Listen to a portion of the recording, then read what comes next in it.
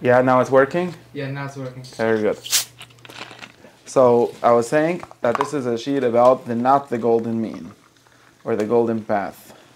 Because in some modern Jewish works, we find the phrase Shevil Zahav, which translates to the golden path. And people describe this to the Rambam. They say the Rambam was pro the golden path, which is said to be a word for the middle path. Unfortunately, the Rambam had never heard of any golden path, nor did Aristotle. Sometimes if you look in them, you say like, so the Rambam took it from Aristotle, to the Rambam didn't call it this, but Aristotle didn't either call it no golden path. Golden path is a phrase by the Roman poet named Horace, and he has a poem where he advises people to go in the golden path. And what he means over there, and not what he means, what he's talking about there is not trying to be a centrist. Not a centrist politically, but a centrist in the kind of life you pursue, right? You shouldn't pursue being too rich or too poor, maybe you're too smart or too dumb, things like that. And he calls this going on the golden path. His analogy of the path is actually a seafaring, a ship analogy, where if you're on a ship, you shouldn't go too close to the shore or too far from the shore, because both of those are dangerous. So you should go in the middle. That's like a balabatish, like a bourgeois standard path in life, right? Try not to stand out, try not to be too rich, try not to be too poor. But if you do anything too well, you might be endangered, because who knows, people don't like the, right? So that's a thing that is not what we're talking about anyways. Very weirdly, some of the people that, and it's maybe a good sign, if you see someone quoting the Shvil Azav, you know that he didn't read the Rambam, or he doesn't understand what he's talking about.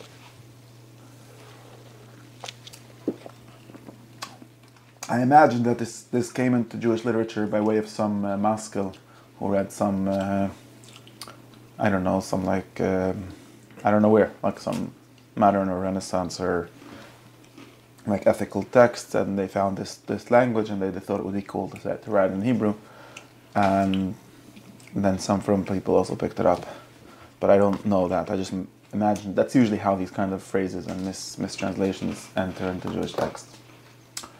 But what we are talking about is what the Rambam called, actually, since we're reading this beginning of Mishnah Shpele Prukim, Perek Daled, which we give this definition, what he called it first is the equal path, right? He talks about first the actions, because of course we discussed this a lot enough, maybe not enough, but a lot, that the primary thing in this whole ethical theory is doing things. Doing things doesn't only mean doing things in the sense of things that you could see that you did. It includes feelings, because feeling is also something that you do. The point when I say doing things is that although the theory says that there's something called virtues, the Rambam translates as malice, or even translates the Rambam as malice, which is the propensity or disposition or like habit, hexis is the Greek word, in the soul. The Rambam calls it china or kinyan, in the soul, to act in the correct way. What defines the correctness of it is not the habit or the hexis, the thing in the soul. What defines the goodness is the activity. The good is the good. What defines the midah, what defines the habit, which is what causes you to do good, is the doing. Right, but the first thing we can say good about is the midas, right? No, the first thing that we say good about is the activities, the actions. But there's good midas and bad midas of a certain... No, there are good actions and bad actions. In other words, there are extreme actions and non-extreme actions, and correct actions, equal actions, and the midas that cause them are the good midas. Right, but I mean to say in like the order of... In the order of definition, it's the activities that are primary. Yeah. In the order of becoming, or in the order of achieving them, it's also the activities that are primary happens to be. Right, but for potential outward, the first thing that's... Yeah, in the order, then there's 3 levels of potential and whatever, but that's not... See, but the first thing that can be said about that it's good is the midah, right? You could say that. You could say that, but that's just gonna... That's going to lead us to be mistaken. I think that's what makes it good. What makes it good is the activity.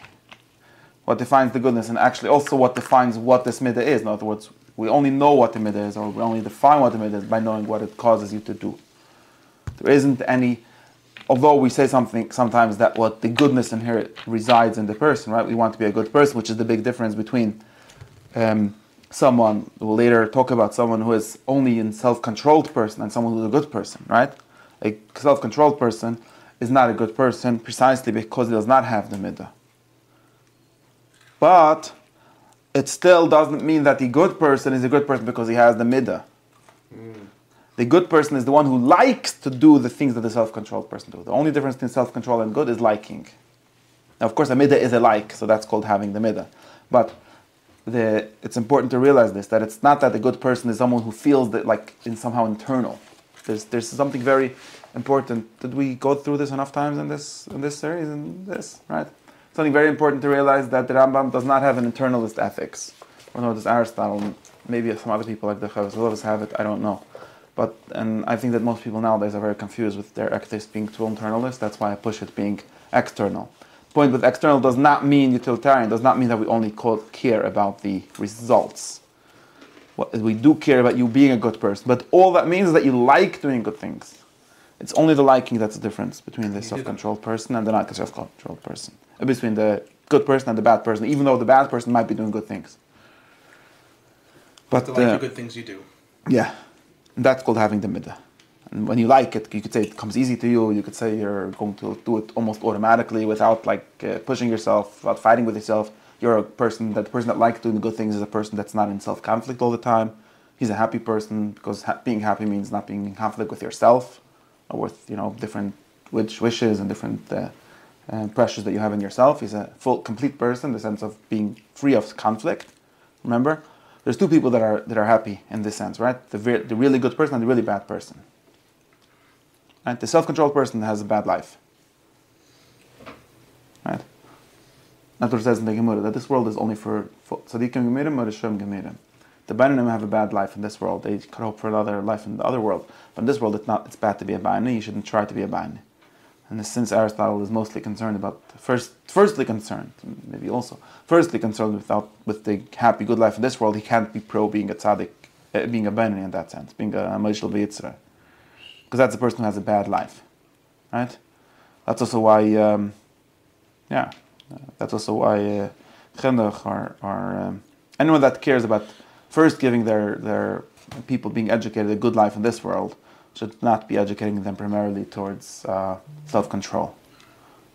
Self-control, unless self-control is, it's a step in the way, which it might be, but self-control as an end is a bad life because you're fighting with yourself, so you're not happy. All right, that's why it says in Tanya, the difference between a tzaddik and a rasha, and it says in Rambam, is that the tzaddik is happy with the mitzvahs that he does, and the rasha is not happy.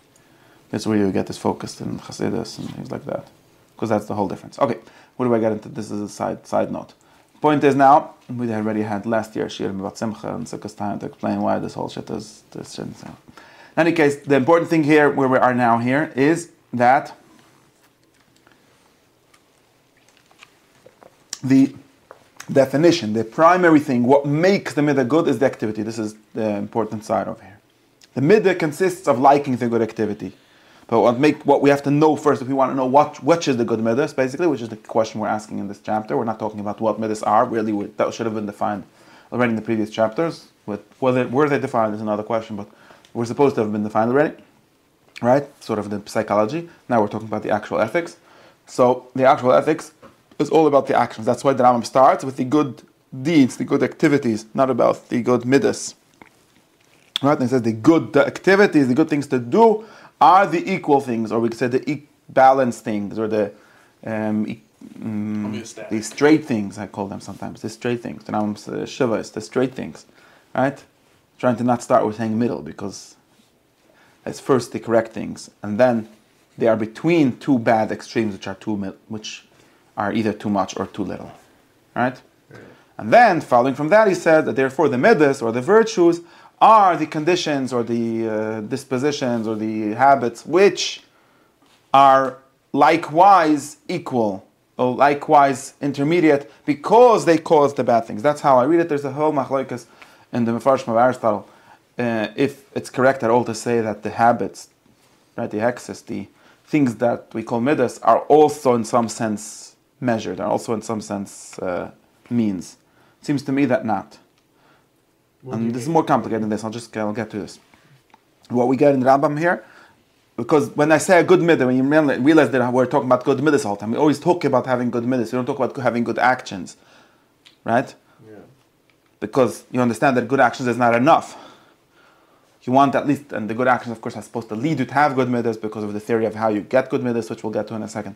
But we're always talking about having good midas, and then we seem to say, and the Rambam himself, and if you look in Mishnah Torah, maybe it's misleading in this way. Where's Sefer Hamada? And the Rambam himself might be misleading you in this way if you look at Mishnah Torah, which maybe we shouldn't do. But we always say that the good midas are the intermediate midas. Like having not too much kas and not too good, not too much, and not enough, and not too little kas, and so on. Balance. Right? Yes, but the reality is that what is balanced is not the midah, or you could call it balanced, but there's nothing balanced in it. In other words, if you want to decide if someone is balanced, if someone has the middle midas, we're not going to sort of, like someone said, we could have an X-ray of his soul and see if it's like he has too much of it in him. There isn't any too much that you have in you. Because this whole theory of midas is not what we call the pneumatic theory. It's not the theory that there's like pressures or energies in you that are going up and down. That's not what is going on here.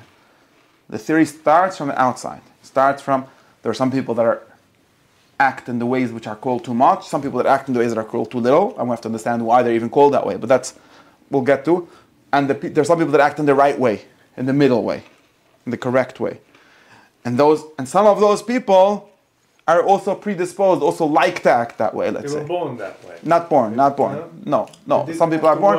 No, we're not worried about born. Not worried about born at all. Born is a whole different discussion. Okay. Some people they're not didn't born. invest too much. No, they did invest. They did. Yeah, they got the house. I didn't tell you how you get there. There's a way to get there. Right. Or nothing to do with being born. If you're born that way, there might be nothing good about it anyways. And also nobody is born with good midas. Don't worry. That's true. Okay. It's basically true because of the definition of the middle that we'll understand.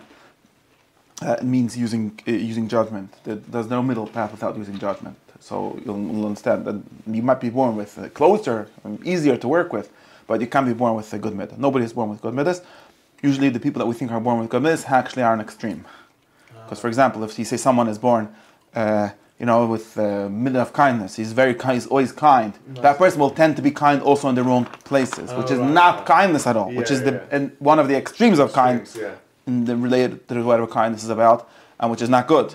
So of course you might say, okay, but other people are harder because they have the opposite of kindness, which is like harshness or being not nice to everyone, and therefore it's hard for them to even be nice when they need to. And maybe those cases are more than the case where you need to be harsh. That's possible, but it's still almost nobody, or maybe literally nobody, is born with the correct midah. That's not something that you're born with, it's something you're educated into, or educate yourself, or educated by others, but it's something that you need to be taught. It's like nobody is born knowing math. Some people are born with the predisposition to know math easily. Okay, that's very nice, good for them, but nobody is born knowing math. There's some art in midas that there is necessary. It's not just a habit. It's not just a disposition. Right, but back to where I am. What I'm saying is that to know what is a good midah, there's no way of if we would have, just to go back, this is what people are confused, I think. If we would have this pneumatic, do you have a better word for my other model? It's a good word. This pressure theory of midas, where people have a bunch of different energies or not ratios, different bubbles bubbling up inside of their soul, pushing them to do tavas or to do kas or to do all kinds of gav, all kinds of things. And they're then you could sort of imagine yourself as looking into the person's soul and seeing, okay, you have to turn down the knob of that one a little bit.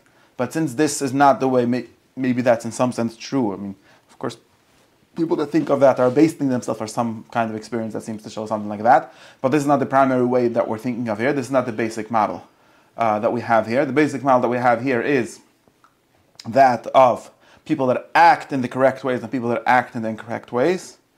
The only thing we notice is that some people like to act in the correct ways, don't need to fight with themselves in order to do that, they like it. Comes to them, we could say naturally, it's because of what they are, not because of them, forcing themselves in some kind of internal conflict way. Then we say that therefore the person who is acting and generally acting in the correct way, and it's not enough once. This is why it's very important that we cannot talk about a middah as something that you do once. Because the whole point of a middah, although in a good activity you could do once, but the middah is something like we need to see over a bunch of situations, over a bunch of really over the course of a whole lifetime, which is another discussion, but at least over a whole bunch of situations, we could see that you are acting in the correct way, not too much or not too little way. And then we say this person has the correct middah relative to this subject.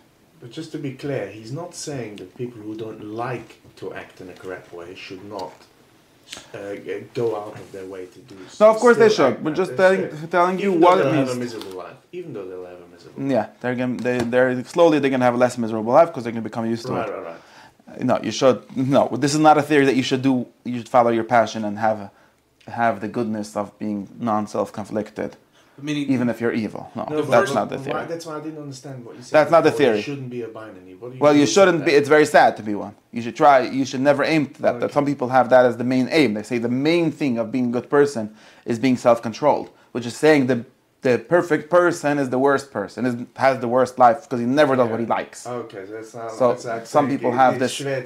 Some people like Immanuel Kant, like some people, very important people, have said this. Yeah. That you're only considered a good person when you're going against your will. Yeah. And forcing yourself, and that's called having a sad life. That's why you become a Nazi in the end, because you're so worried, so busy hurting yourself that you think that hurting others maybe also a mitzvah. So, right? Yeah, but the Buddha's Hashavas, meaning you're looking first at what the person's the action should also be intermediate. Right? That should also. It's the thing that's intermediate. It's not also. That's the primary. Right. Sorry. It goes backward. We're looking for intermediate actions that then have corresponding or balanced actions that have correspondingly balanced midas. Yes. That's the first important thing, and it's explicit in the Rambam. This part is not even a question; it's explicit. The thing that is a question, a little bit of a question, is to what extent is the internal thing at all something equal? And if you read the Rambam, for example, you see him saying something like, or here I have an English translation, he says something like, virtues are psychic conditions which are midway between two extremes. He calls the conditions also in between two extremes, one in excess and one in deficiency. And then the good deeds are products of these midas, right, of these virtues. That is what he seems to say, but then there's a question, if that means anything. It's moving in the opposite direction that we... Not in the opposite direction, the exact direction. What I told you, it's the correct direction. The equal thing, the intermediate thing, is the activity, the predisposition, the habit, the liking towards that activity, is what causes it. Yeah, but I'm saying he moved in opposite direction. The causation moves in the opposite direction. Nobody disagree with that. Causation doesn't move in the same direction as the definition. It moves in the opposite direction. But that's not what makes it good. What makes the good activity good is not that it comes from a good middah. It's the opposite. What makes the middah good is that it causes a good. By the way, all of Aristotle's formal definitions work this way, right? Work backwards, right? Mm-hmm. We know what. Is there anybody who disagrees? I told you, the people that think of middas as like these levers in your soul, as knobs that you turn up and down, tend to disagree with that. And there's something else. That's number one. That's the people that entirely don't have this picture of the soul that we're talking about, which I think most people don't realize that. They think that it's mostly a internal thing, primarily an internal thing, primarily like being a person that doesn't get too excited or too sad ever. And that's not what we're primarily about. Because even if being excited is an activity, what we're talking about as a virtue is one step behind that, right? Do you know when to get excited and when to not get excited? What I was telling you is that all of Aristotle's definitions go this way, right? They all start from the activity and then say what things are. A human soul is something that causes the things that human life is. Right? The biggest counter to the lever theory is that over here the middle could just be a matter of when instead of a matter of degree, right? For sure. It's the easiest illustration of it. Well, it doesn't, not entirely, because it's true, but it's also a lot of it's also a matter of degree. Aristotle has like a list of 5 things. Yeah. What I'm saying is this would seem out of place. The when would seem out of place in a theory where you're trying to measure the... Maybe not necessarily, because you could always and you could always imagine that people would always imagine it as something like someone who has Peter, who is less crazy, trigger happy right? is going to become is what it means sometimes if someone says, well, someone who's less easily triggered to be angry, so he's going to be angry only for a very major thing. That's what the Rambam himself seems to describe it in Chazais. So people imagine it still as being an intensity thing, and therefore it's triggered only by if you have a low intent, the correct intensity, then it's only triggered by a very important thing. But it's true what you're saying, that it's not only about like a big thing. There's the big things that you shouldn't be mad at, and small things that you should be mad at. And sometimes it's also circumstantial. Like there are times where the middle is actually and towards who closer to one. Depends towards who, if the person deserves to be angry at and so on. Or if you're kicking a tree. Yeah, maybe you should kick trees. I don't know, but you have to decide. Also, at a certain point, you boiled down Aristotle to something. You said something about the soul causing. How did you come to that? It's different. I just connected two things. Not important. I'm just saying that all of his formal definitions work from the activity in, not from thing out. That's because of his whole idea that the what something is for is what makes it what it is, and not he doesn't have a pushing and pulling theory of the world. But if it's nicht ma'akav, it's not the most. It's a separate.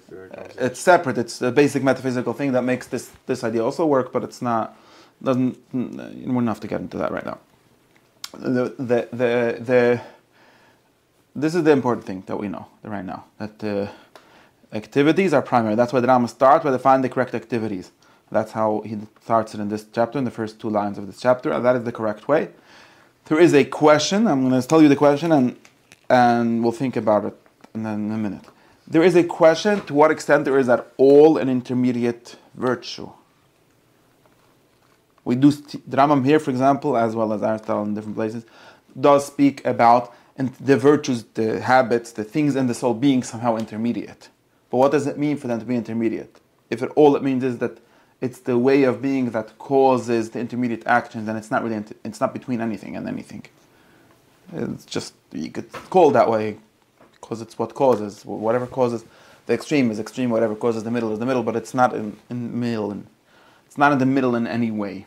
And now, if we think of it that way, then we really shouldn't even say that it's in the middle. Because what we should say is that it's the propensity to be able to aim at the middle, right? For example, let's take our example of an archer. I think this is the more correct way to think about it, although the language doesn't really work entirely. If you take the example of an archer, right? Remember that one of the big examples that we have here in the entire ethics is the metaphor or the imagery of archery. So, right, even the whole beginning, which starts that we should know what is good, so we should be able to aim at it, right?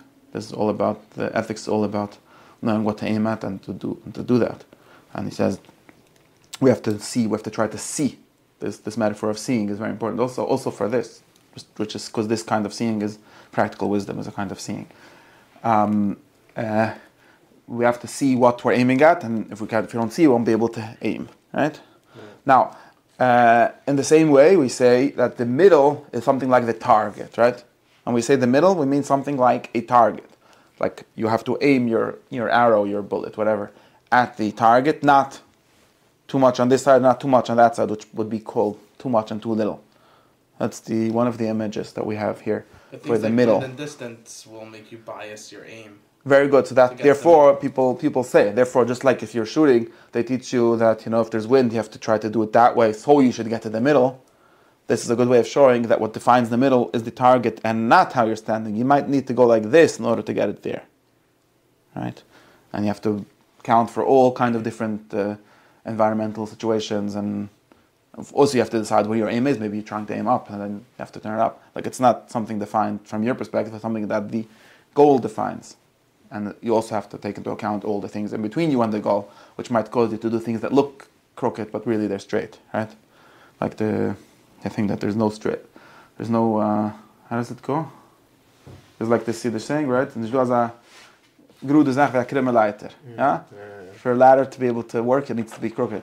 Otherwise it's going to fall down. That's straight for a ladder, right? Because the goal of the ladder is to climb, it shouldn't fall, so that has to be straight. And some people seem to be too straight. They're not actually straight. They're crooked. Right? Yeah. Sometimes, in order to get to the correct target, you need to stand like that. Anyways, the point of this image is And if we think of the middle path as something like hitting the target, right? Then the disposition, the midah of hitting the target would be something like having good aim, right? There's people that have good aim and have bad aim. But having a good aim is not really a middle position. There's nothing middle. It's not like someone has, you could always say, you could say it in a trivial way, like someone has slightly less than good aim or slightly less, there's really something like slightly more than good aim. Right? That doesn't really make sense. You can say that either you're aiming well or you're less than a perfect aim. But if you have a good aim, all that is a good judgment for how to get at the target and take into account all the conditions that you need to take into account, and after that get to the good target. That's all it consists of. There's nothing intermediate about this ability. Only, by a borrowed way. Only in the sense that this is what causes you to be able to hit the target correctly. And if we understand midas the same way, then we have to say that the midas aren't in the middle at all. All the midas consist of is the kind of knowledge or the kind of skill, we could say, that allows you to hit the target when you will act. Yeah, but so we observe the person. We observe them do it over a long time, many times, and then we can make a statement respectively. Beside them, I'm just saying that there's nothing intermediate in itself about the midah.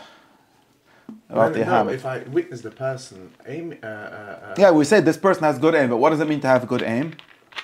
That he aims, that he hits the target all the time or most of the time. Now I can also say that his midot are now in the middle. They're not in the middle. Then in between what and what. Very nice. I understand how I know, but his midah is not in the middle of anything. I see. There isn't really such a thing as having too much of that. This means it's just calibrated. There's such a thing as having too little of that. But the midah, the skill that he has, is the skill of finding the middle. It's not the skill is not in the middle. The skill is of finding the middle. Yeah. Or maybe not only finding, also choosing the middle, right? You'll remember that this goes back to a discussion of to what extent are there even midas? What do we even mean when we talk about that? Aristotle has the discussion in book 5. The Rambam touched it in chapter 2 or 3. What does it mean to have? What does it mean to talk about different virtues, different midas? Right? We talk about. You'll see the Rambam has a list of 9 different midas here. That list is not supposed to be exclusive or inclusive. It's just a random list somewhat because it's examples. I don't know if in Mishnah Torah his list is supposed to be more inclusive, more like a full list, a complete list. I'm not sure. I think this is a big question. And if there is also a question if there should be, is there even such a thing as like a complete list of all the correct virtues?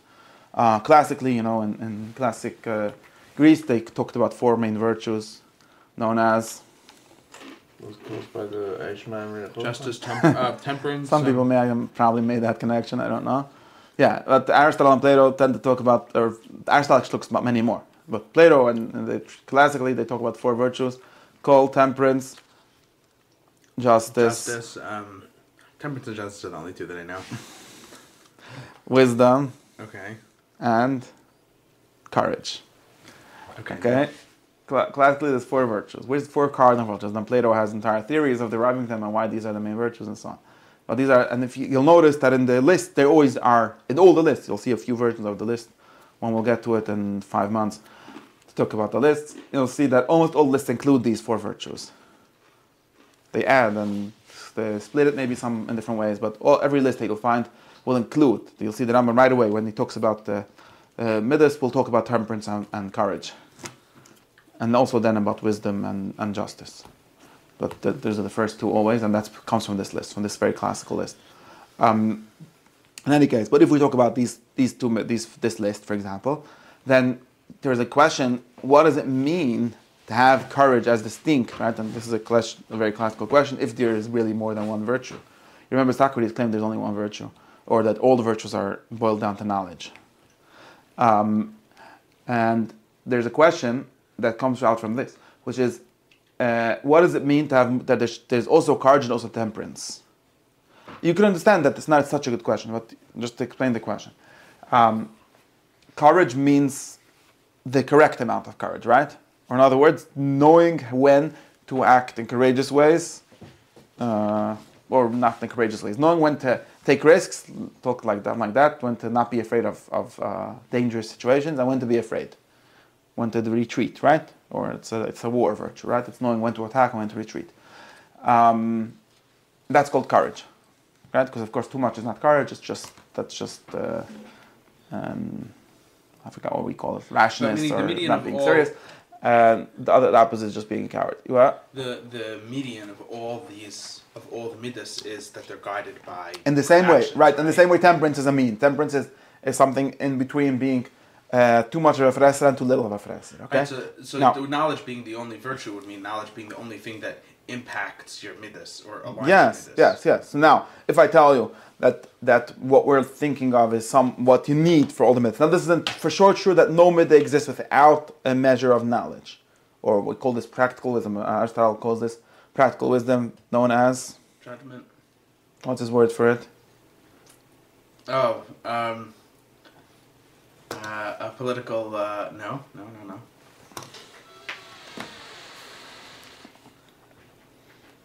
Known as. Oh, we just had this 4 classes ago. Known as phronesis. Oh, I'm not Greek. You should know. Okay, because it's their special thing. Yeah, you could. It's fine. Oh, it's open. Who opened the door? I thought he was coming. Someone.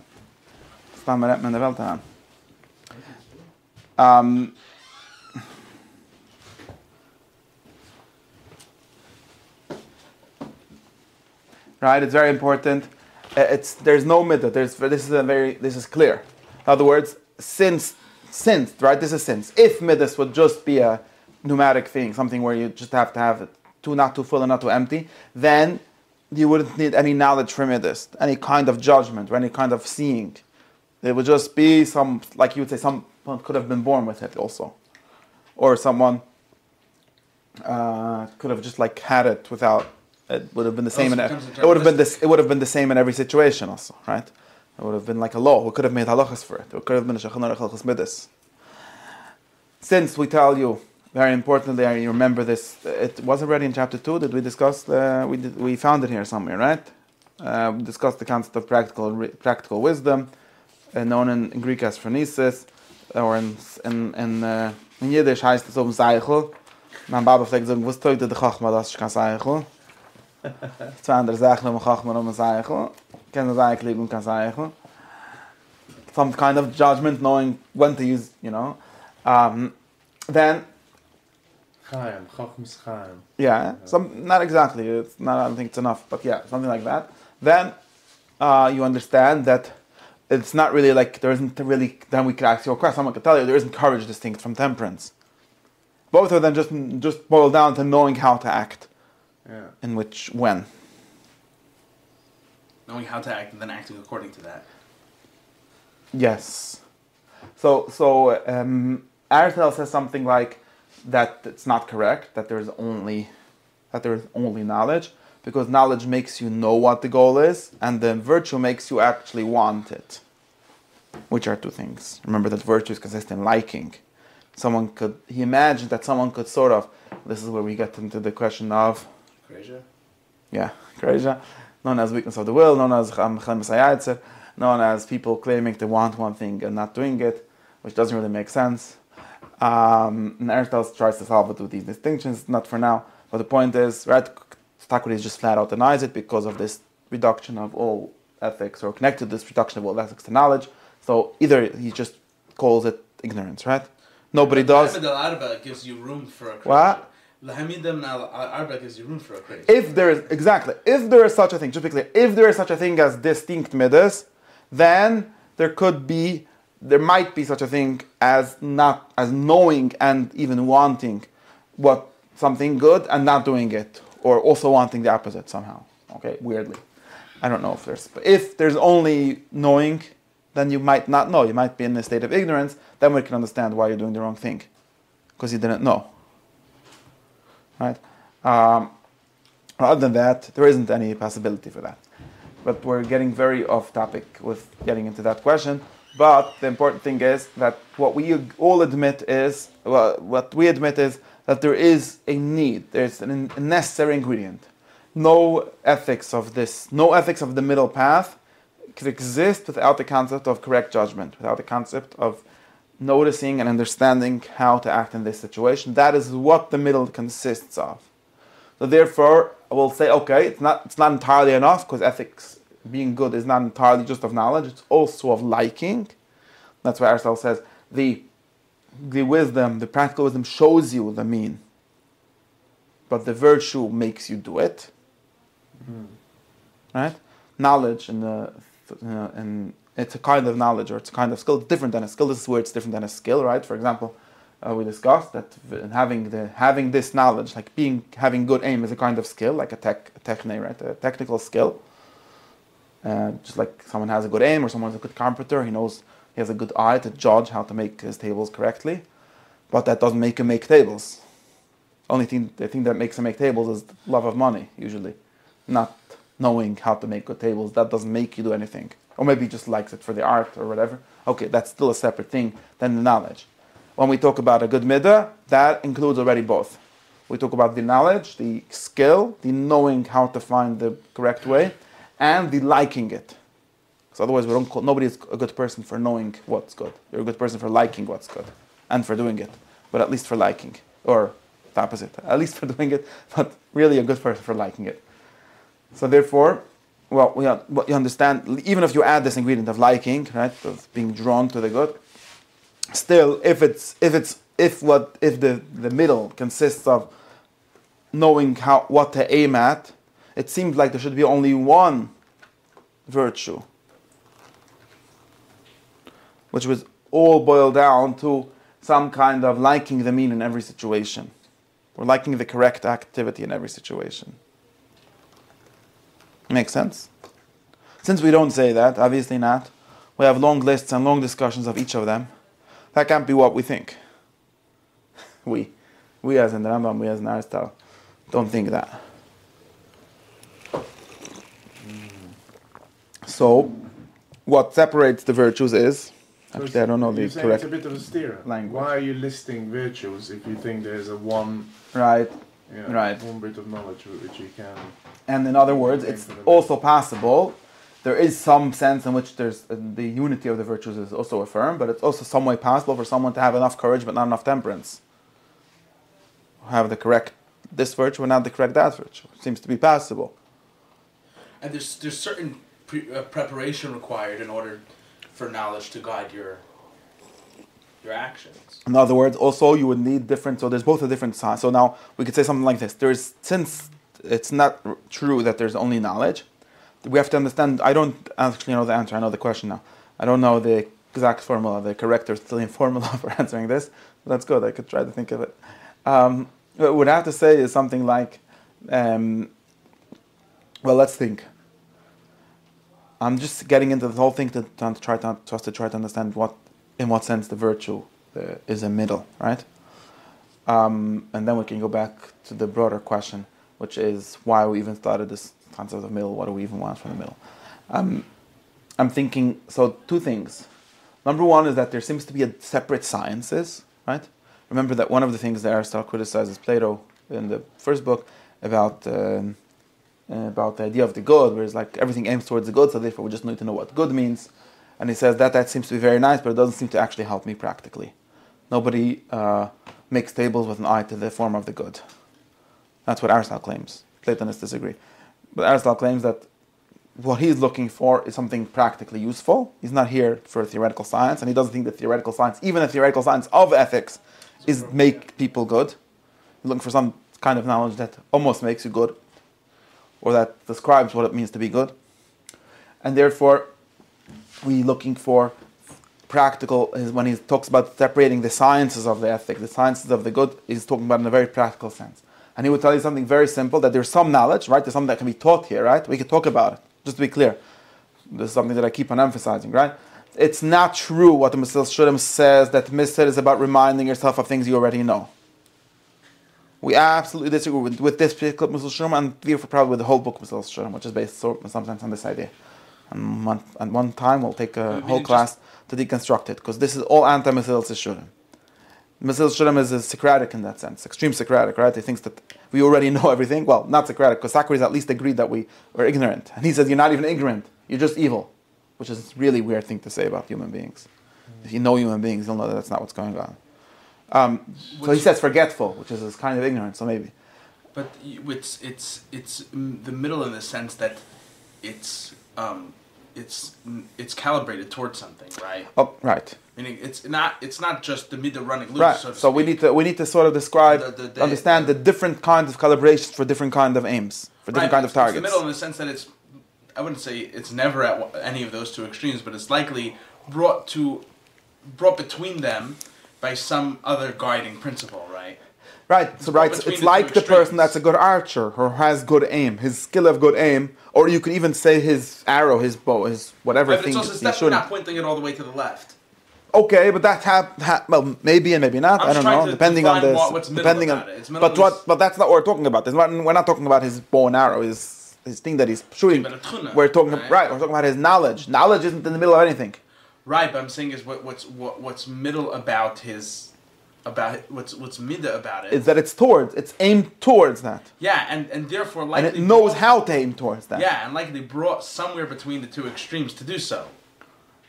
In some sense, or not. Maybe yes, maybe not. I'm just trying to figure out what's middle about the midah.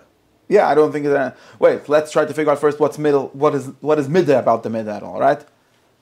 What's midah about the midah? Maybe we can answer the question like this: what's midah about the midah? I said it's an amount of something. No, what I mean to say is, if there's a virtue of liberality, okay, which is giving enough and not too much, okay, of your money, for example, okay, then we could say this consists in. It doesn't consist on giving, but we'll get to it. It doesn't consist in giving away half of your money, which is for sure not a way that's the middle.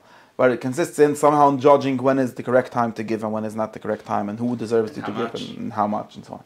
Now, the judgment is just a judgment. It's a little weird to call a judgment the middle. It's not in between anything.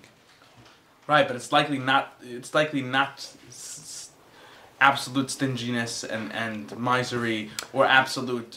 Just to be clear, it's not even okay. But now you're talking about the activity already. No problem. We can talk about the activity. Right now, I'm just talking about if you talk about the activity, then we can talk about that. That's another discussion. Remember, you're talking about a different question. There's the one question which is that since I claim, and we'll get to the claim, I'm not talking about that, just to distinguish them. Since we claim that the middle is not a mathematical middle, right? It doesn't mean giving away half of your money, or I don't know how you would calculate the middle of that. It's some kind of correct middle. You're still correct, but you're saying that there's some level of guidance in saying that it's a middle. That's a different discussion. Okay. What I'm talking about is not that. That is one discussion. Yeah. There's the one question. There's many different questions about the doctrine of the mean. One of the questions is the question that you ask: how much is it informative at all? Does it tell us anything? Because since I claim, and I don't claim this by myself, this is uneducated meaning just the middle of the two. Yeah. If I claim, since I claim that the middle doesn't mean in between, then it seems to not be informative at all. So you're saying that it's somewhat informative, it gives you something. We can talk about that question. That's a different question. I'm not asking that question. I'm not even correct. I don't know how much connected it is to this question. What I'm talking about is a different question. What I'm talking about is the question of since we're starting about this thing about the activities, the actions, the deeds, the doing being works, right? This is about faith and works. No, I don't know what faith is anyways. It's about the things doing being primary. Maybe it's connected, but in a very complicated way. This is about what you're doing being primary. Then I can understand whatever it means the correct, and in whichever sense that's the middle. Okay, another question: in what sense is that the middle? But whatever sense that is the middle, we have this image of archery, this image of aiming. But it's the middle, and the middle not really in the middle, right? It's not like you have to aim always in the middle. You have to aim to the target. It just happens to be that you could say to the right or to the left or to the up or to the down of the target are off target. Now the skill of aiming is not a middle intermediate skill. It's sort of, you could say someone has too loose of an aim, so he's like too much, or maybe too tight of an aim, so therefore that causes him to make mistakes also. Okay, so in some sense that's in the middle, but it's not what makes it good middle. What makes it that is, it's really the middle. Middle is like there's a spectrum. Here it's either on the target or it's off the target. No, maybe you could be further from target and less far from the target. What I'm saying is that the middle only consists of being able to hit the target. It's the middle of aiming, it's not the middle of being at the target. There isn't any targetness in the middle. There is an aimingness in the middle, which is very different from how we imagine it usually as there being a targetness in the middle. Make sense what I'm saying? No. It's not like if I would make an operation to your soul, which all of this is about doing, right? We're trying to use images in order to talk about something that nobody ever saw, which is a middle. And not if I could show you that, you would see that your middle, just like when you aim the bullet, it hits the middle, the bullseye. I would open your soul and then I would see your bullseye shtickle over there. That's not what you're going to see. What you're going to see is some kind of something that finds the bullseye. Right? Yeah, because it's by the action. It's judged by the action. Yes. So, therefore, I'm asking you if the Rambam does seem to say that the virtue is in the middle. The virtue is intermediate, which is a weird thing to say. You should say the virtue is knowing the intermediate. That's all it is. It's towards the intermediate. It's not intermediate at all. In order to understand this, I was trying to think that if we understand what the virtue is at all, because if all virtue boils down to knowing, then there aren't any virtues. By the way, the Chazon Ish said a funny thing. He said all virtue boils down to self-control, and therefore there's no virtue, because it's only self-control. Which is another big mistake. Because he thinks... So he's like Kant. Yeah. He thinks like Kant? Basically, yeah. Similar, I don't know. Yeah. But in any case, it's forgetting that there's education of virtues. But also it's forgetting that there's such a thing as virtues. Now, in what sense, not just to be clear, in what sense is there distinct virtues? In two senses that I know about, the for knowledge sure. also only or at least they're the same sense. So wait, very good. So one is that there's a science of each virtue. There's some knowledge. Now, this is not a science, it's not an abstract science, it's practical science. Okay, there's an art right, of each virtue. There's something to learn. Like I keep on emphasizing, there's something to learn. That's why I said, unlike the Mesilas shouldn't. Right? Unlike the Mesilas shouldn't thinks you already know how to be good, you just need to remember to be good. You do not know how to be good. In the same way that I do not know how to hit the target. I could go to the target range, the shooting range. I pretend to know because I could see where the target is, but I have no idea what it means. Maybe I never tried, so I don't even know if I'm good or bad at it. Right? I have no idea how to aim the thing in order to hit the target. So I'm entirely ignorant of that art. Even though it seems like a very simple thing. Just shoot in the middle, right? That's why I keep on saying, like I used to give the example of the airplane. Maybe this is a better example. Much more simple. It has less moving parts. Right? What's the airplane thing? Go back to sheet number 1 or something and you'll find it. Right? Remember my airplane drusha? Now there's going to be a target drusha. Do you know how to hit the target in the shooting range? 100%. It's so simple. There. That's where it is. Yeah. Thank you very much. Turns out that people seem to practice for a long time to get it. What are they doing in that practice? I don't know. How long do you practice? Oh, years. There's something to practice, right? Well, depends how far and how much, right? So what is this practice all about? Turns out that I have no idea how to hit the target. I know what the target is, and I know what hitting the target means. Thank you very much. That's not what we're looking for. Even that we don't always know in ethics, because we don't know what the target is. But let's present that we don't, even after knowing that, I don't know how to do it. And I don't even know what do I have to look for. Like, do I have to count? Do I have to look at the wind? What did the wind got to do with anything? It turns out the wind pushes your bullet, and you have to correct for it. Thank you very much. I didn't know that. That's something to be taught, right?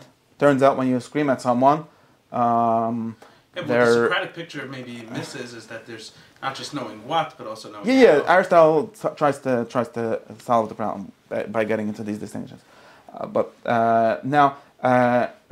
I know how much to be angry, but I don't know that my anger is taken differently by different people, and therefore I have to calibrate it differently. Someone that loves me, I'm angry at them a little. You know that why you're not allowed to be angry at people that I just discovered this. You know why you're not allowed to be angry at people that you love or that love you? Because it's enough to be a little angry. People are confused. People say you shouldn't make your right. You shouldn't make your wife be mad at your wife because she loves you. You love her. She's very close to you. It's very simple. The reason is anger is a good thing. I'm giving you a good analysis. Anger means that I need to get something out of someone, and the way to get it is to make them realize that I'm serious about it, that I'm really mad. Let's say there's other things in anger going on, right? Now, if someone that's far from me, maybe if I'll throw a tantrum, they'll care. But if it's my wife, I just have to tell her. Usually she cares. So when you're getting too angry, you're just ruining it. It's too much. Way too much. And the reason people don't do it because they don't realize that it's not necessary. No. This is what happens. Do it because they get overwhelmed. Very good. That's the nomadic theory. I don't have the nomadic. Remember, I'm looking at activity as primary. The outside is before the inside. You get overwhelmed by emotions. That's the mistake you're making. The being overwhelmed, emotions are kind of judgment. That's my theory. I like this way of thinking. It's much more useful than the other. So I'm not getting overwhelmed by my own... Exactly. It's not you. Nothing is in your head. It's between you and that person. It's, of course, based... Anger is something that works. You know, you scream at your child that sometimes he listens to you, or at least he knows. Sometimes he doesn't listen, but at least he knows this is something that he really cares about. But turns out he's your child. Why are you screaming a bunch of them? Maybe if it would be a stranger, you should scream at him. You should scream more at strangers than at your children. People are doing the opposite because they're confused about what anger is for. And they also underestimate the impact of anger by exactly. Exactly. It's we're opposite because we don't understand. We're not looking clearly. Very simple. I said to my brother today. I was in the hospital and we tried to get the receptionist to do something for us. There you have to be very angry. And More angry. angry. No, I gave a very wide smile. Okay. So I explained to my brother that sometimes I that helps do it too. very consciously to smile.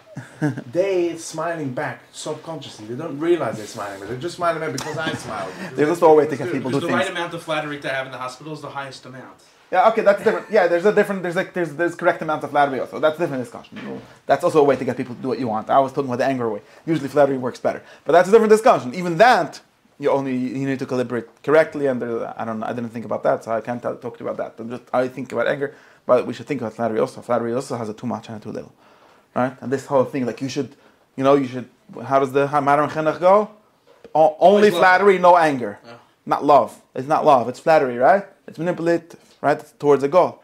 Not expressing your love. No, that's not in question. Totally. Again, another confusion because of this internalist primacy, right?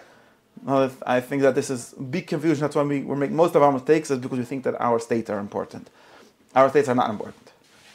What's important is the interaction. And now, getting your kid to do something by smiling is called flattery, and there's the correct amount of it also. There could be too much. Anyways, where am I getting back? We discussed this about the friendship, the discussion 2 weeks ago, about flattery versus criticism. And what I'm getting at with all these examples is just that there's a lot of knowledge. And again, knowledge not in the sense of book knowledge maybe, although you could write this in a book. Just like you could write a book about how to play baseball well. But you're not going to get much out of reading the book. You're going to get a lot more out of practicing the book. Right? Yeah. Baseball is a practical art, isn't it? I've read some. I think Roger Scruton or one of these weirdos wrote an article about how baseball is the most Aristotelian sport. Anyways, but my point is, because there's a lot of judgment and things like that. My point is something else. My point is that. I'm in love saying that there's knowledge in this. Now, therefore, if we understand that there's a lot of specific knowledge, right? There's a lot of very specific knowledge going on in this having good virtues, right? Now, unlike what other people think that it's all about goodwill or or like some kind of general knowledge. Now, since there's a lot of knowing or know-how, right? Other than as distinguished from knowing that, there's a lot of knowing how. Which is what practical knowledge is, knowing how, and then I could say that there's this knowing how, this is divided, at least more or less in the way that virtues are divided. Because the knowing how pertains to specific situations. Just like, and we can take the analogy of a doctor that Aristotle is very fond of, and Plato is very fond of, and the Rambam is very fond of. Right? Fond, yeah. They like it very much. This discussion of the analogy of ethics to health, right? Everyone knows what being healthy means. Well, actually, nobody knows. But let's say we all know what being healthy means, or what the end state that we're getting at is. What is being healthy? I don't know.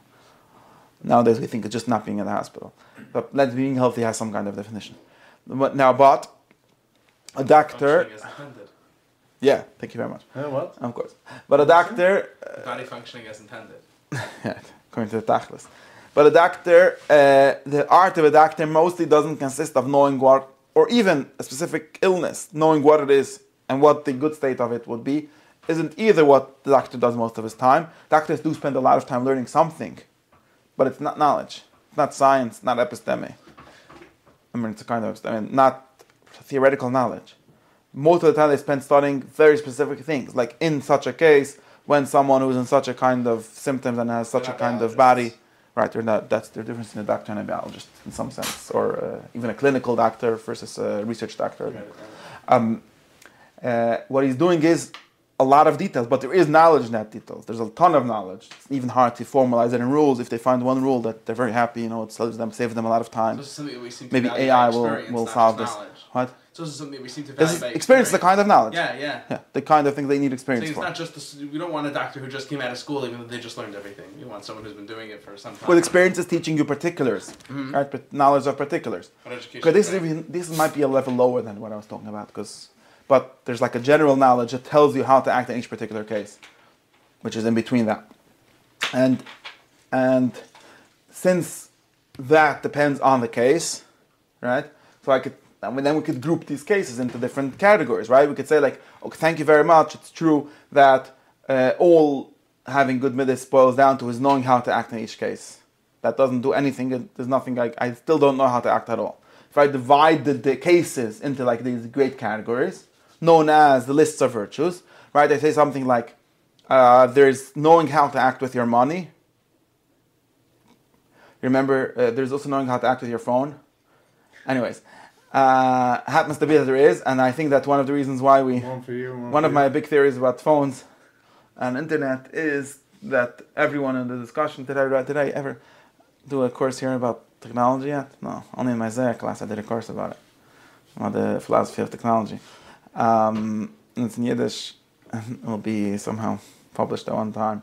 But one of my big thesis on tech, the whole discussion, the whole machlokes between the Kines Klal Yisrael and the non-Kines Klal, whatever, is that both of them are mistaken because both of them don't know, well, in our context, both of them don't know what virtues are. So either you have like some people that have like this, the people that are my side, that are like something very simplistic, like there's no Nisoyan, there's no specific problem with having a smartphone, or what's the difference between a smartphone and a tablet? You know, in the halachas for them it said that there's a big difference between a smartphone and a tablet. A smartphone is treif, tablet is less treif. Did you know? No. Telling us says in halachas for them. And the Kunis internet it says that a yid should have a tablet rather than a smartphone. It says steht for Magdashim. And Kalvachomer a computer. A computer is even better. Like the formats. And now if you have this like theoretical wisdom view of ethics, then you don't really understand the difference. Like I didn't used to understand. I used to laugh at those people. I decided that they were right. Why are they right? Okay, I'm not going to give a whole class on why phones are a problematic format, but for future class at some point. Why is it design of technology? Yeah, the design of technology, which has to do with the fact that form follows matter, and the way the matter is organized causes you to act in a certain way. Always different than the ones that happen on the phone. Although it's theoretically, in some abstract sense, the same exact thing, the form factor makes a big difference on your behavior. Yeah. Right? UX designers know this. Of course they know this. The Design of Everyday Things, you know that book? Anyways. Norman? I don't remember who wrote it. Yeah. It's very important. There's a whole science of this, right? Now, and the science is controlled by the Setrachra, because it's all about selling you things. It's not about making you giving you a good life, right? There's really, according to the Rambam, according to the Torah, this is why halacha is really like this. According to the truth, there's a good UX, there's ethical UX, not even only in the sense of not manipulating you, of causing you to do better. Why am I getting into all this? So all I'm saying is that since most people don't even understand this, so they tend to like go into very extreme things. Either they say, who cares? There's how do they say, guns don't kill people, people kill people, which is not true. People with guns kill people. Did you notice? Yeah. I mean, you could kill someone with your bare hands, but that's harder. It's easier with a gun. So it's not both. They seem to. There's some causality in the gun too. Yeah. You can't. Whatever the gun pro-gun people say, guns don't people. It's true. Guns don't have agency. Guns don't do nothing. But it's also not true that people kill people. Yeah. So both of these sides are totally mistaken. They don't have a very good theory of human action. Right? People with guns kill people. People without guns, it's harder for them to kill people. So it's not the same thing. Right? And when you have a gun, must never kill anybody. And not only that, this is like I read this in the Atlantic once. But when you have a gun, the world looks different to you. This was an pro-gun control argument, but it's a true Aristotelian argument. Because you know how they say the world looks different from the side of a gun. Because now everyone becomes a target. You notice that people are not targets until you look at them through the sights. So it changes. This is practical wisdom. This is like or practical folly, whatever. But it's kind of seeing that your tools give you, that makes the world look different. It changes your epistemology, not only your action. And these things are connected, since what virtue consists of is a kind of seeing the world that makes you see good. Did we go through the whole British philosopher that talks about this, about the example of the son-in-law, of this daughter-in-law, that lady? Iris Murdoch? Yeah, Iris Murdoch. We talked about her already. Anyways, so what am I saying is, so got back to what I'm saying is that this is why the good behavior relative to technology has its own book that talks about it. There's its own science or its own practice. It's not enough to like say I'm a good person. That's why I say I'm a good person. I don't have a problem. No, you're a good person. Being a good person consists of having good habits which are relative to specific human behaviors or human habits, like human areas of behavior. Since we do have patterns, but it's not every time is new to our patterns, to our repetition, to our forms in the world, right? But you can't say I'm a good person, and therefore the question of pornography on the internet is the same question as in a magazine. It's a different question. Even though it's the same exact thing or whatever, it's different because it's in a video form or whatever, but let's say it's the same exact thing, it's still different because of the way in which your hand presses the button. Makes a difference. Because your habits, some of them live in your hands. Or not literally in your hands, but in whatever corresponds to that in your soul, in your mind, and wherever it is. And this is why there's Shulchan Aruch that's so long. That's talking about each thing separately and doesn't just boil down to be a good person, unlike what Jesus thought or Paul thought or whatever. Of course, that's not even true for Jesus. He also ended up making a Shulchan Aruch. But what it is. Yeah, every society has laws. I don't know. Okay. Did Christians actually live in an anarchic society with no laws? Not that I know of. So unless even had even more laws. Yeah, Catholics have a lot of laws. Everyone has laws, and Protestants just tell the state to make the laws for them. What difference does it make? Yeah. Do you know how many laws the United States has? Nobody knows. Yeah. You can slach from the Torah. Tarek Mitzvah. They actually asked the Congress, the congressional office called, I forgot, that writes the laws, count how many laws there are. They came back that they have no idea. They can't figure it out. It's so.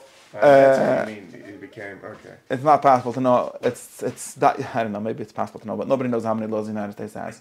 But you think the law book of the state is a result of Jesus? Okay, I'm saying way too many random things because I'm not being disciplined today with. But the point is that there are specific. Back to where I'm saying my mahalach is that there are specific. To remember my structure. My structure is that everything starts from good deeds, and it's the habits that are defined by that, and therefore we ask the question: in what sense are the habits intermediate? And we started to say one answer. That's the whole sheet.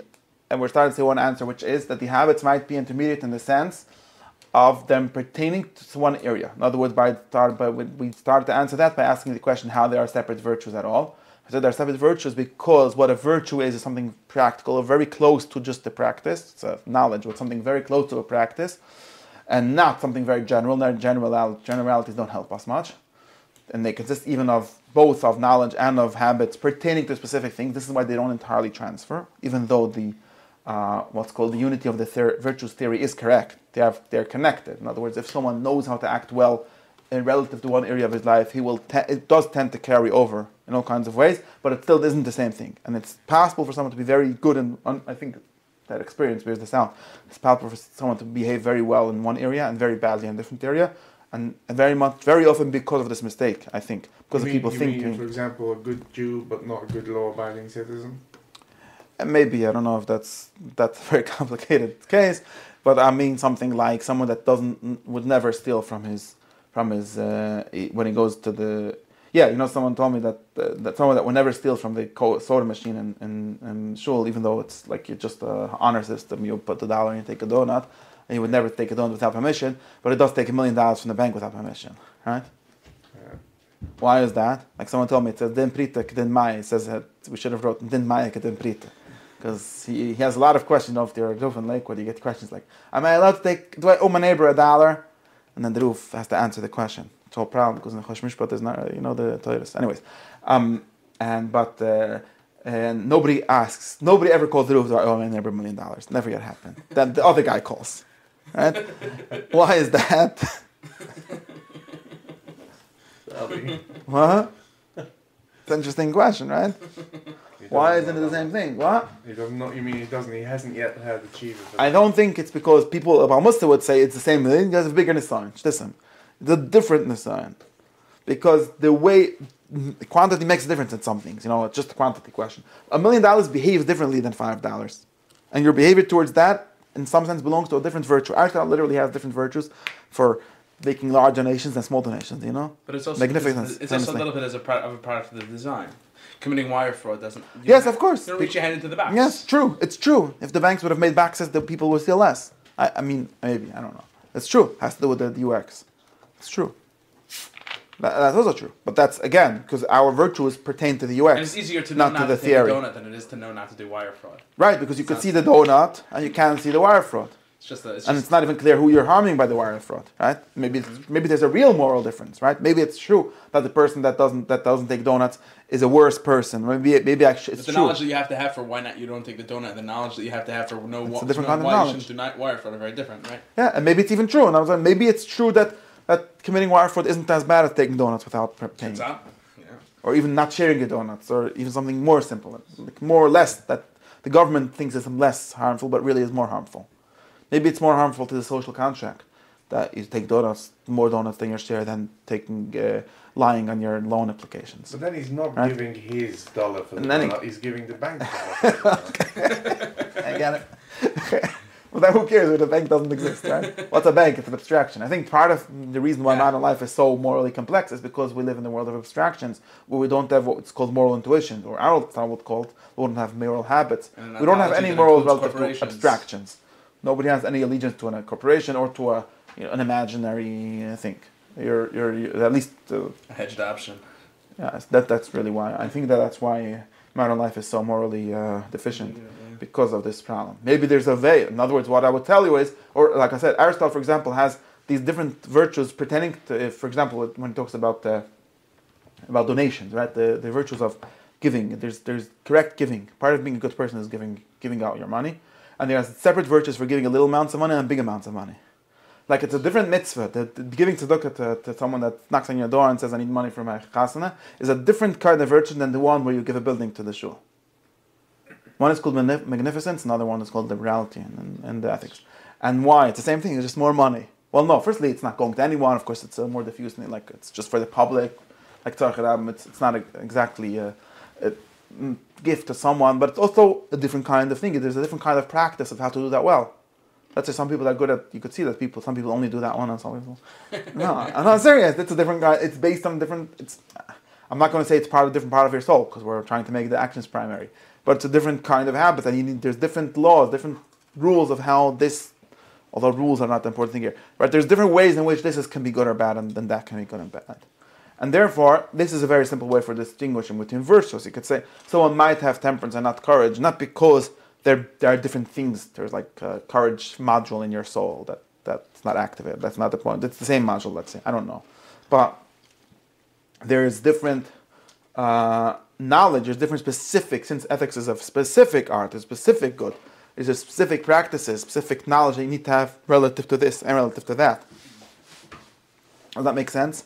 And then, of course, both specific knowledge, like things that I could teach you, and more importantly, specific exercises. Since you start liking, right, you know it by maybe knowing it once, maybe, or maybe the knowledge that's experienced by seeing it many times, and you like it by doing it many times, right?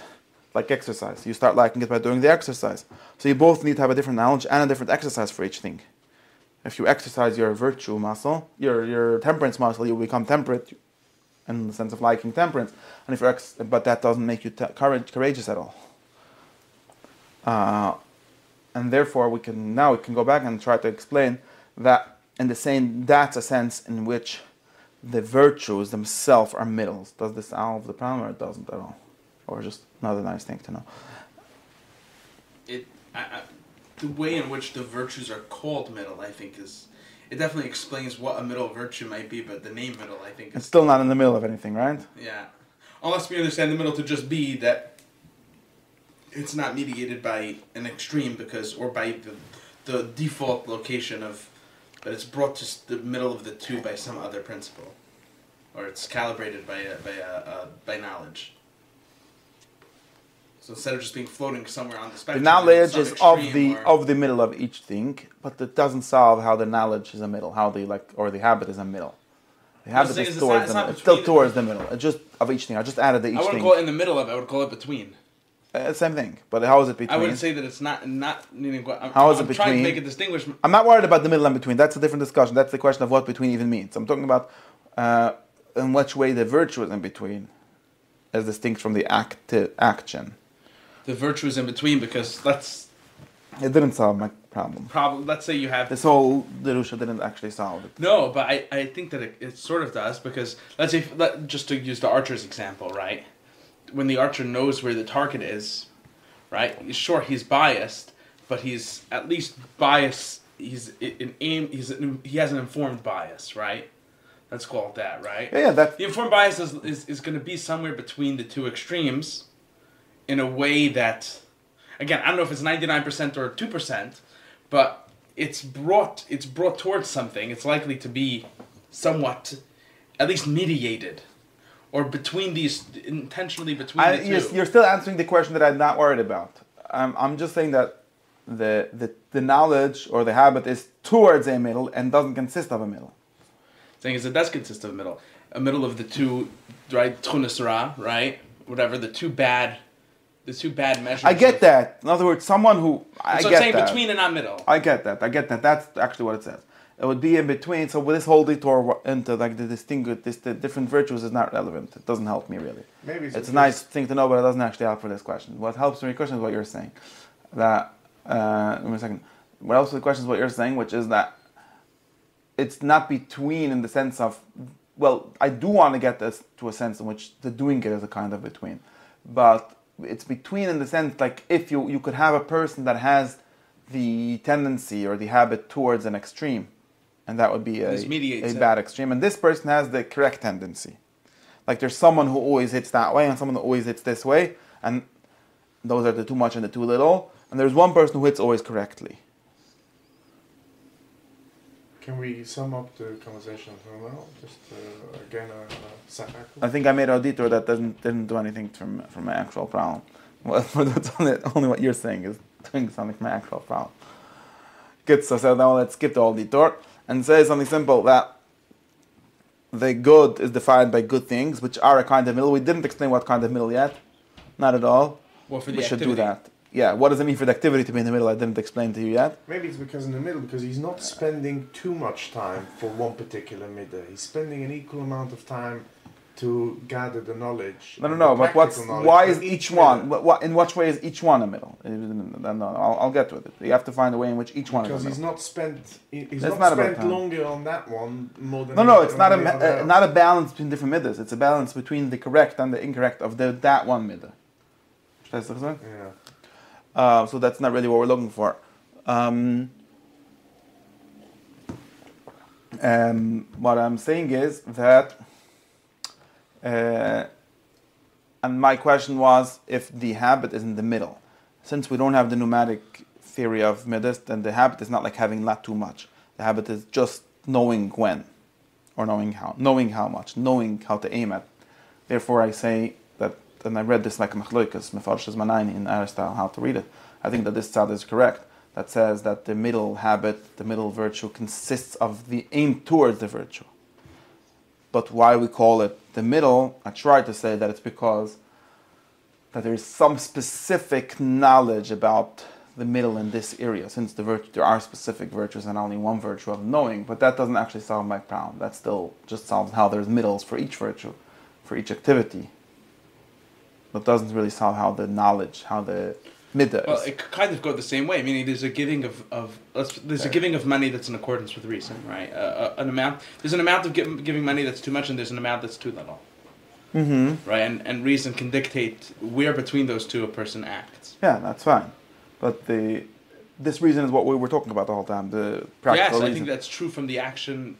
But the reason is not a middle. Reason is just correctness. Yeah, but reason will bring you to. It's true that the bad one would be too much, and or too little. Meaning, it could be that the amount of that you should give, just to make it a little stupider, but is to give 20% tzedakah with 80% generosity. Yeah, but again, you're worried about a different. As far as I can tell, you're worried about if it's useful. I'm not worried. We're next. No, I'm saying in what sense they're middle. I'm saying in what sense it's the middle. I get what you're saying. I'm not worried. I'm worried about something more specific. In what sense is the virtue the middle? My kasha today is, and it's already 10:20. My kasha is, in what sense the virtue is the middle as distinct from the actions being the middle. Your kasha is, in what sense is the action in the middle? convince the middle is just by correct judgment or by correct reason. That is one question. Virtue is also the middle. No. Again, maybe the virtue is... Whichever, maybe you're right that we have to first understand that. I agree with you. We have to first understand that, and we don't really understand it yet. But I think we understand it already. But maybe we don't. So we have to go back to understand that next time. Maybe you're right. What time? When did I start? I didn't start more than an hour ago. I mean, if you map out, if you try and see all the possible information, that's not going to help us. You'll find that the information in the middle. Person has, it's in the middle. It's the correct amount. No? I don't know. No, it's in the middle. Just be very clear. Just be very clear. Which is very clear. What is true? What we know. What it says is that the correct activities are in the middle, in the sense of being the correct amounts and the correct times of being angry and so on. That's all it's in the middle. It's not in the middle as an amount. What does it even mean to be in the middle for that? We'll get to next time. We didn't say what it means for it to be in the middle, okay? We said last time, in Bar Park, we didn't get to it in here in last week. We talked about why the middle. Why would the middle be the same as the good? I don't remember. We talked about this last week a little. I don't know if we get to an answer, but at least we got to that question. We have to talk about another question, what the middle means. We never discussed that yet in any class. That's Shem next week. Pachas Chayasuda is going to be about that. This week we discussed a different question, which is maybe the wrong order. Maybe I should have pushed this to the next one. I don't know why I really wanted to talk about that today, but I got into this, which is why, but it's important because it's important for us to understand the model where the activities are the first thing, and the middle is what makes you know and like these activities. And then I understand in what way this liking and knowing is a middle. I try to answer it by using the fact that there are specific knowings and likings for each midah. So therefore there is some specific like knowledge, which is of the middle of each thing, but it's still of the middle, not middle. So that doesn't solve the problem at all. I was wasting my time with that whole thing. Not wasting my time, because it's good to know anyways, but it's wasting my time relative to this. Had already, you'd known already the answer, but I don't know no answers. I thought that those have been answered, but I was wrong. So therefore, I think that Shmuli's answer to this puzzle is the correct one, which is that it's only the middle in a similar way to which the whole thing is a middle. But that's really the question which we skipped and we should have gotten to. It's the middle. Because of the results. It's the middle. No, it's the middle because, in some sense, of like relative to what would be a bad person or a good person, right? It's the people. If you have three people, one of which has too much courage, let's say too little courage, whatever. It's not the correct terminology, but one of that's too much and too little, and those people have it both in their activities and in their habits. So So the bad aimer has the kind of habit that causes them to shoot too far. Yeah. The weak aimer has the kind of habit that causes them to fall too short. And the correct aimer has the kind that causes them to fall. In that sense, it's the people. So it's the only one way it's in the middle is the people. So the middle in this sense doesn't help us at all. Right? Yeah. It's maybe in the targeting. It's the middle because it's not too much and it's not too little. Exactly. And that too much and too little are referring to two people who have the wrong ones. Exactly, right? But it's not telling us what kind of knowledge you should have. Telling you that the knowledge is in the middle is not helping us at all. Yeah. So we have to go back to what the activity is, understand what does it even mean that we're saying the middle, and does it help us at all? Those are two different questions, right? Yeah. And a third question is what we asked last week: why would we want to say? Does it help us at all? Is hopefully true. But does it help us at all? Hopefully, the answer is yes. At least. No, the answer is no. The answer to that is no. It doesn't help us. I think that the answer to that is supposed to be that it doesn't help us. It's not meant to help us. It's meant to tell us what kind of thing we're looking for. It's not meant to tell us what we're looking for. But that's practical, not the practical wisdom of it. Exactly. It's not the that middle. Would be to going to Kitzvah Achron or something. That would be to the answer. Just to be clear, there's a whole bunch of different questions. Each one should be a different class. This is the third class on this little series, and we spoke about 2 or 3 of what was the first class about? I don't remember. 2 weeks ago, what did we talk about in this series? Other things. There's a bunch of different questions. Friendship, flattery. Yeah, but like something about the middle. That was a different shot of the middle, really. Anyways, there's a whole bunch of different questions.